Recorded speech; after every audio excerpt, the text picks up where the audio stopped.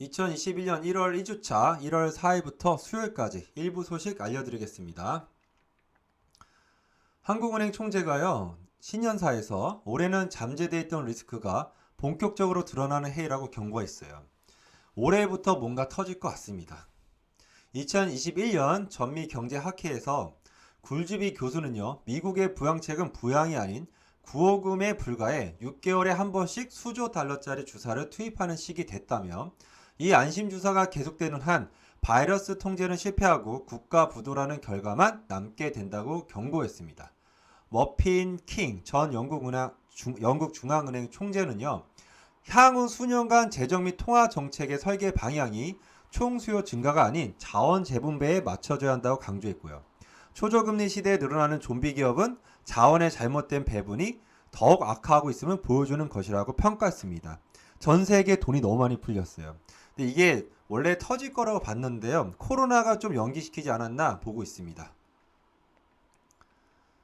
3일 전국 지방자치단체에 따르면요, 지자체들이 영세 중소기업 판로를 지원하기 위해 추진한 공동 브랜드가 대부분 사라졌거나 명맥만 유지하는 것으로 나타났습니다.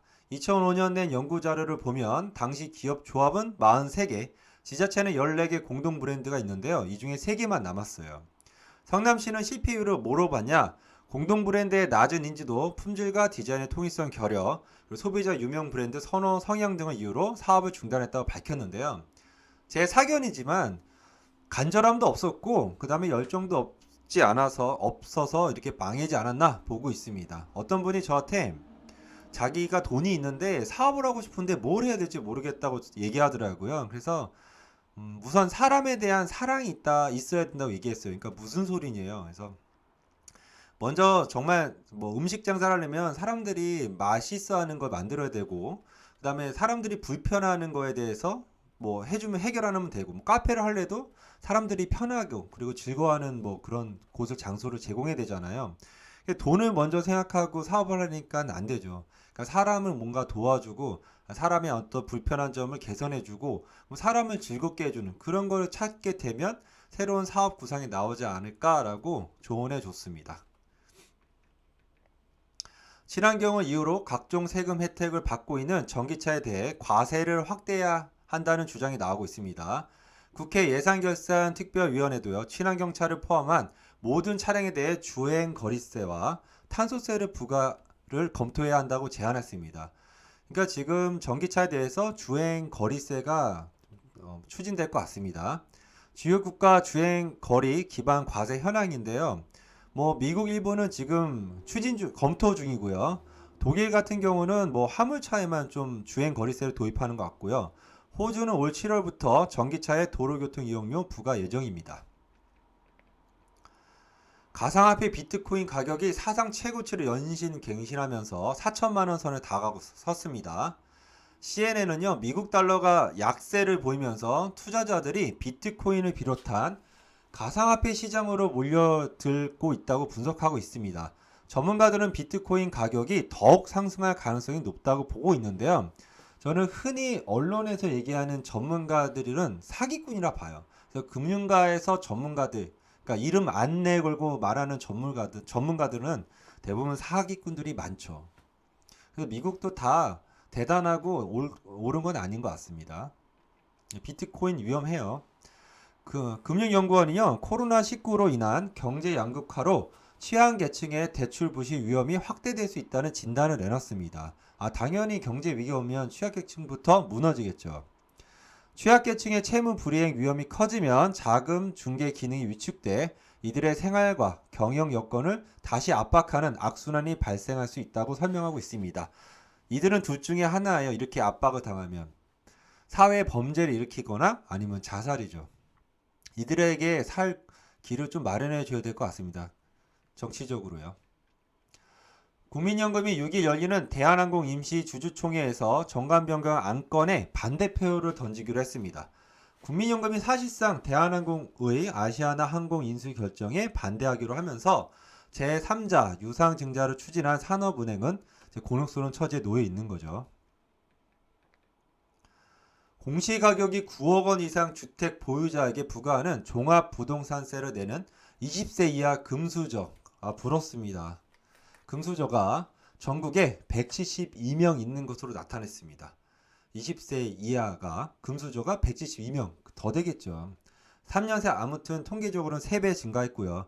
20, 30대 종부세 납부자도 크게 늘어 2018년 1511명이 12억 8,700만 원을 납부했는데 1년 뒤인 2019년에는 1986명이 28억 600만 원을 냈습니다. 집값 급등으로요. 이제 전세난에 전세자금 대출이 큰 폭으로 뛰었습니다. 5대은행 전세자금 대출 잔액은 작년 말 105조 988억 원 기록했는데요. 2019년 말 80조 원에 대비 30.6%가 급증한 수치입니다. 이게 30% 이상 급증한 거예요. 1년 만에. 즉 전세난이 그만큼 극심하다는 뜻이죠. 근데 전세도 좀 불안해요.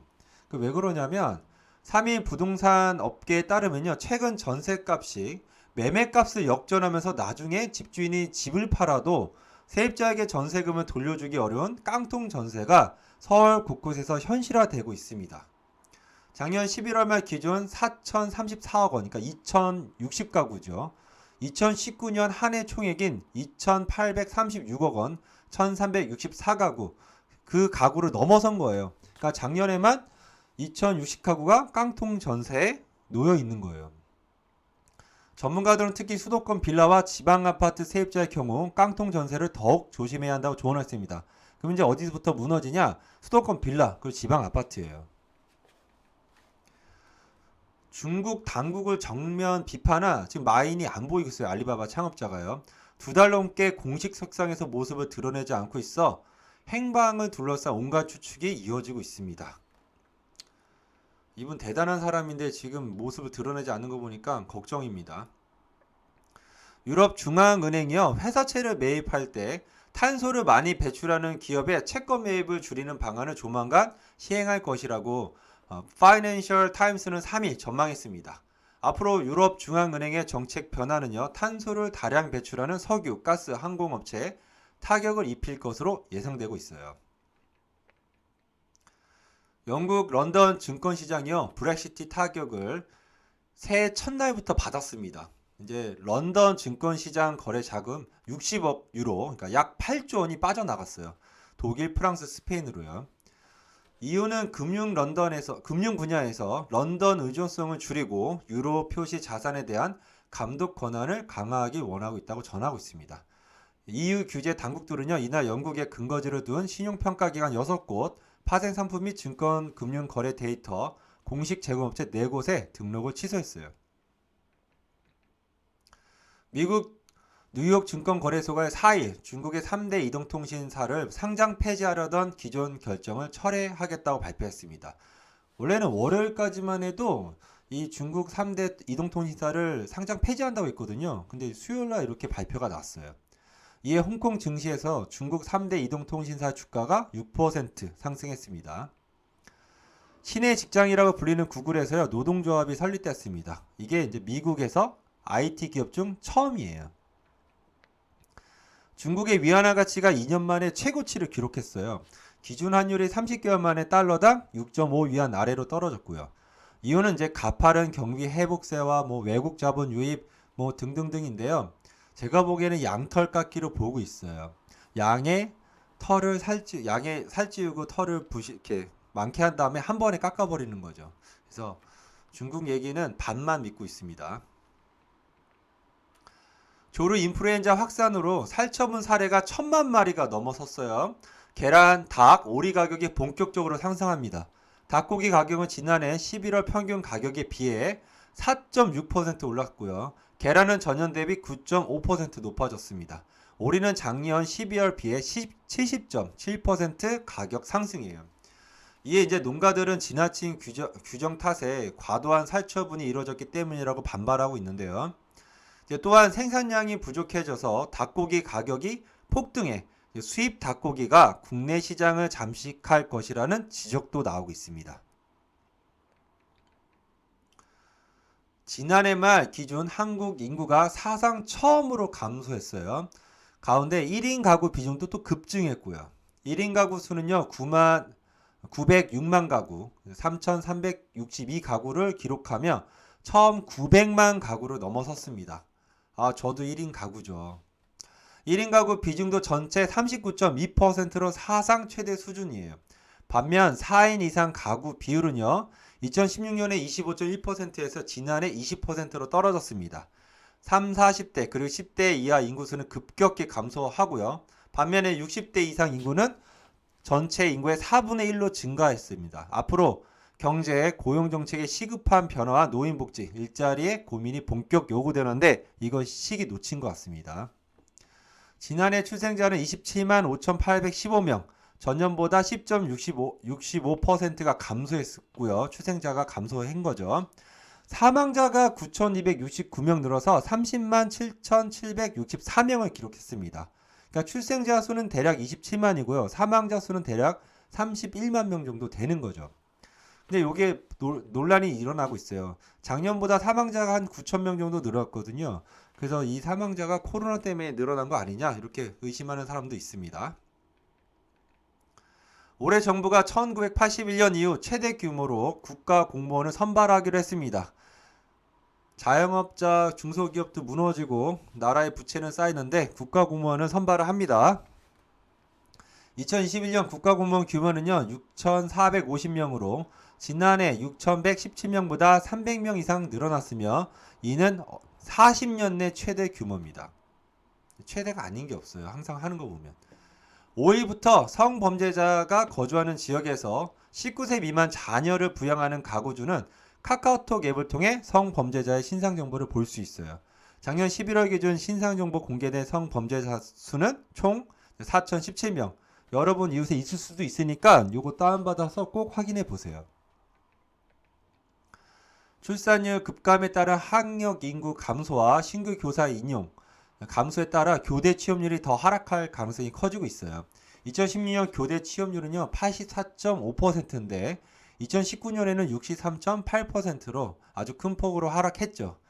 초등 임용시험 경쟁률도요 전국이 한 1.9대 1인데요. 서울은 3대 1, 광주는 6.9대 1. 광주는 왜 이렇게 높죠? 임용시험을 통과해도 바로 배정 받지 못해 임용 대기 상태로 있는 교대 졸업생도 많아지고 있습니다. 현재 60% 초반인 교대 취업률은요 2023년 이후에는 50% 이하로 떨어질 수 있습니다. 이거는 떨어지는 게 확정될 것 같아요. 인구수가 줄고 있잖아요. 올해부터 경기도 공무원들은요 업무상 취득한 정보를 이용해 주식과 부동산에 투자할 수 없습니다. 당연히 주식과 부동산에 투자하면 안 되죠. 업무상 얻은 정보를 가지고 여태까지 이거를 안 했단 말이에요. 또한 제3자에게 도시계획 등 부동산 개발 정보를 제공하면 안 됩니다. 이거 당연한 얘기를 이거를 왜 지금 꺼냈는지 모르겠어요. 그래서 하여튼 이를 위반 시 징계 처분 받는다는데 뭐 징계 처분이요. 바로 법적으로 처분시켜야지. 5일 한국은행에 따르면요. 지난해 3분기 가계가 주류 담배 지출에 쓴 돈은 전년 동기 대비 6.2% 늘어나 4조 2,975억 원으로 집계했습니다. 다들 술, 담배만 연실하는 것 같습니다. 답답하니까.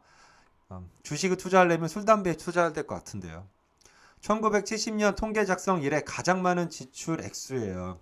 지난해 3분기 오락 스포츠 문화 부문 소비자 지출액은요 12조 3,963억 원으로 전년 동기 대비 24.1%를 급감했습니다. 정부가 전 국민 고용보험 가입을 위해 사업주의 소득 지급 자료 지출 주기를 대폭 단축하는 소득세법, 법인세법 개정안을 5일 발표했습니다.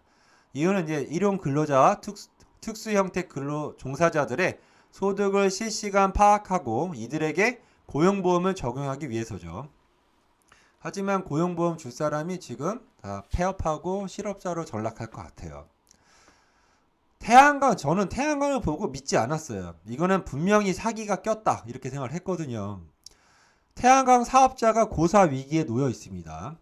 3년 새 12만원서 3만원대로 태양광 현물 시장 거래 가격이 3분의 1 반토막이 난 셈이에요. 여기에 지금 대출하고 큰 자금을 투입한 개인 사업자들은 망하게 생겼습니다. 정부는 신재생에너지 발전 용량 목표치를 달성하는 데 주력했기에 한정적인 수요 문제는 뒷전으로 밀어둔 채 공급 확대에 집중한 탓입니다.